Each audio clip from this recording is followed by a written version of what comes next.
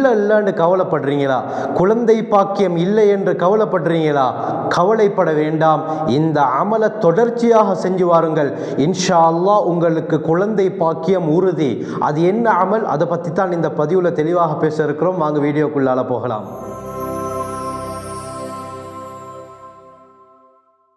அல்ஹம்துலில்லாஹி ரப்பில் ஆலமீன். அஸ்ஸலாத்து வஸ்ஸலாமு அலா ரசூலில்லாஹி அம்மா பஅத். கண்ணியத்திற்குரிய இறைவனின் நல்லடியார்களே, அல்லாஹ்வின் சாந்தியும் சமாதானமும் என்றென்றும் உங்கள் மீது உண்டாவதாக. நம்முடைய புதிய சேனலான AFK இஸ்லாமிக் வேர்ல்ட் மூலமாக உங்களை சந்திப்பதில் நான் பெருமகிழ்ச்சி அடைகிறேன். சேனலுக்கு முதல் தடவை வந்திருந்தால் மறக்காமல் சப்ஸ்கிரைப் பட்டனை ப்ரெஸ் செய்து பக்கத்தில் இருக்கக்கூடிய பெல் ஐகானில் உள்ள ஆல் என்பதையும் கிளிக் செய்து கொள்ளுங்கள். அப்போ தான் நான் தொடர்ந்து போடக்கூடிய வீடியோக்கள் உங்களை வந்தடையும். கண்ணியமானவர்களே, குழந்தை பாக்கியம் ஒவ்வொரு திருமணம் முடித்த தம்பதியினர் ஏங்கக்கூடிய ஒரு விஷயம்.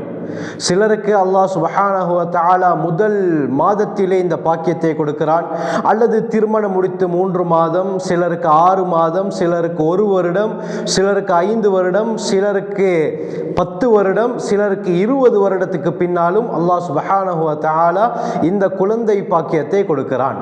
ஆனால் கண்ணியமானவர்களே, அல்லாஹ் சுப்ஹானஹு வ தஆலா ஒவ்வொருவருக்கும் ஒவ்வொரு டைமை நிர்ணயித்து வச்சிருக்கிறான். இந்த டைமில் தான் இவருக்கு குழந்தை கிடைக்கும்.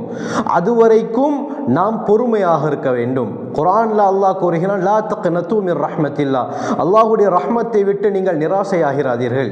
திருமணம் முடிச்சு 5 வருஷம் எனக்கு புள்ள இல்லை, 10 வருஷம் ஆகிருச்சு, போகாத இடம் இல்லை, செக் பண்ணாத டாக்டர் இல்லை, எங்கெல்லாம் போயிட்டு பார்த்துட்டேன், ஆனால் எனக்கு குழந்தை பாக்கியம் இன்னும் இல்லையே என்று எத்தனையோ பேர் கவலைப்பட்டு அழுது கொண்டிருக்கிறார்கள். அவர்களுக்கெல்லாம் நான் சொல்லக்கூடிய ஒரு விடயம்தான், பொறுமையாக இருங்கள். நிச்சயமாக அல்லாஹ் சுப்ஹானஹு வ தஆலா அந்த தம்பதியினருக்கு குழந்தை பாக்கியத்தை கொடுப்பான். அல்லாஹ்வுடைய நாட்டத்தில் இருந்தால் அது நிச்சயம் நடக்கும். கண்ணியமானவர்களே, இன்றைக்கு அதிகமாக மக்களுக்கு மத்தியில் நடைபெறக்கூடிய ஒரு தவறு என்னன்னு சொன்னா, யாராவது புதுசா திருமணமாகி வந்தா ஒரு கிழமை போறதுக்குள்ளாலே அவர்கள்ட்ட கேட்க ஆரம்பிச்சிடுறாங்க, சந்தோஷமான செய்தி ஏதாவது இருக்குதா, குழந்தை ஓகேயா, குழந்தை பாக்கியம் சரியா என்று அவர்களுடைய மனதை புண்படுத்த ஆரம்பித்து விடுறாங்க. தம்பதியினர்களுக்கே அந்த கவலை இல்லாமல் இருக்கும் பொழுது அடுத்தவர்களுக்கு ஏன் கவலை? அவர்கள் ஃபேமிலி பிளானிங் செய்திருக்கலாம், அல்லது 3-4 மாதங்களுக்கு பிறகு நாம் குழந்தை பெற்றுக்கொள்வோம் என்று முடிவெடுத்திருக்கலாம். ஆனால் இது மற்றவர்களுக்கு விளங்காது.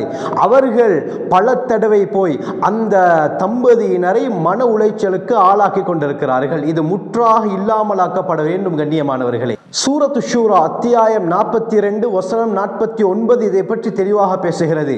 யஹபு லிமை யஷா இனாசா, அல்லாஹ் யாரை விரும்புகிறானோ அவர்களுக்கு பெண் குழந்தைகளை கிஃப்டாக கொடுக்கிறான். வயஹபு லிமை யஷா ஸுகூர், மேலும் அல்லாஹ் யாரை விரும்புகிறானோ, யாருக்கு நாடுகிறானோ அவர்களுக்கு ஆண் குழந்தைகளையும் கிஃப்டாக கொடுக்கிறான்.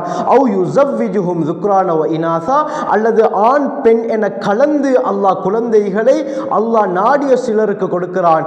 வயஜஅலு மை யஷா வகீமா, மேலும் யாரை அல்லாஹ் நாடுகிறானோ அவர்களை மலடர்களாக, குழந்தை பாக்கியம் இல்லாதவர்களாக ஆக்குகிறான் என்பதாக இந்த குர்ஆன் ஆயத்தில் அல்லாஹ் தெளிவுபடுத்துகிறான். கண்ணியமானவர்களே, அல்லாஹ்வுடைய முடிவில் மலடர்கள் என்று யார் இருக்கிறார்களோ அவர்களுக்கு குழந்தை பாக்கியம் கிடைக்காது. ஆனால் நாம் மலடர்கள் என்று எப்படி சொல்ல முடியும்? அல்லாஹுக்கு மட்டும்தான் இந்த அறிவு இருக்கிறது, எந்த டாக்டர்ஸ்மாருக்கும் கிடையாது.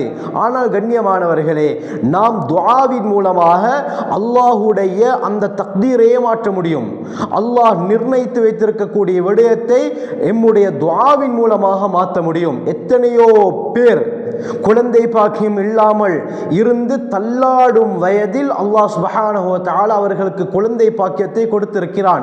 குர்ஆன் ஹதீஸ் இதற்கு ஆதாரமாக இருக்கிறது. கண்ணியமானவர்களே, அதனால் நாம் மலடர்கள் என்று எமக்கு தெரியாது. நாம் அல்லாஹ்விடத்தில் கையேந்தி நான் சொல்லக்கூடிய இந்த அமலை நிச்சயம் செய்தால், நீங்கள் மலடர்களாக இருந்தாலும் அல்லாஹ் உங்களுக்கு நிச்சயம் குழந்தை பாக்கியத்தை ஏற்படுத்துவான். யாரெல்லாம் குழந்தை பாக்கியம் இல்லாமல் கவலைப்பட்டு கொண்டிருக்கிறீர்களோ அவர்களுக்கு நான் சொல்லக்கூடிய விடயம்தான் இந்த நான் சொல்லக்கூடிய 2 துஆக்களை அடிக்கடி ஓதி வாருங்கள்.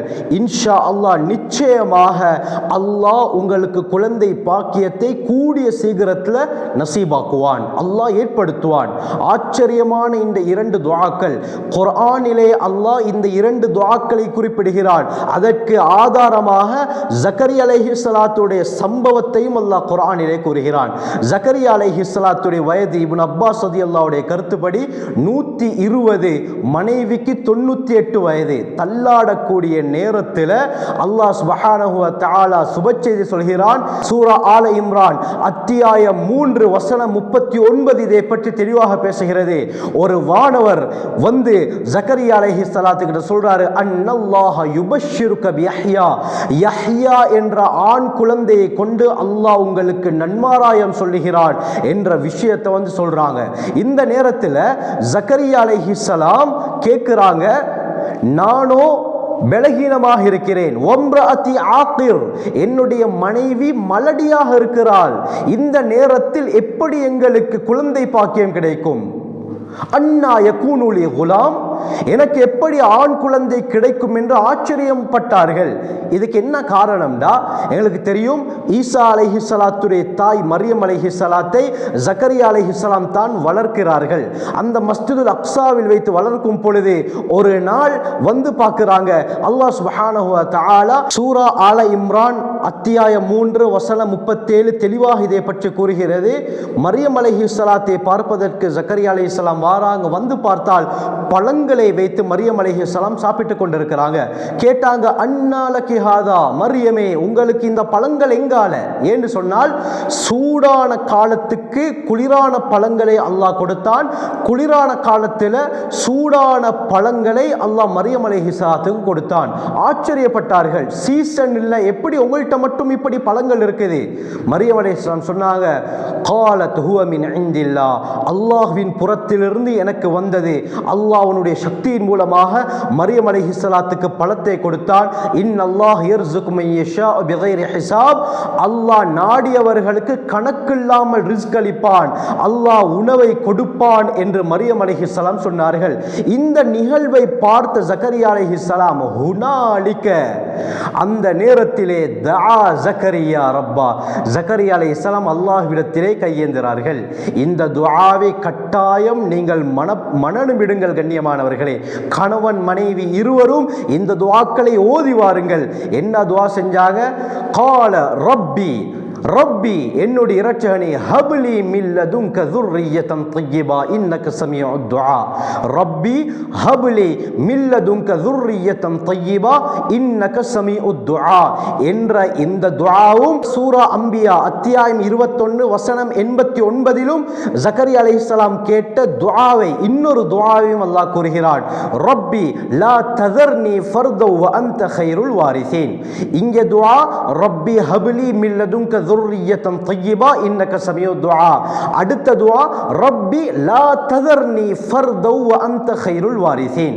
இந்த 2 துஆக்களை கட்டாயம் மனநமிடுங்கள்.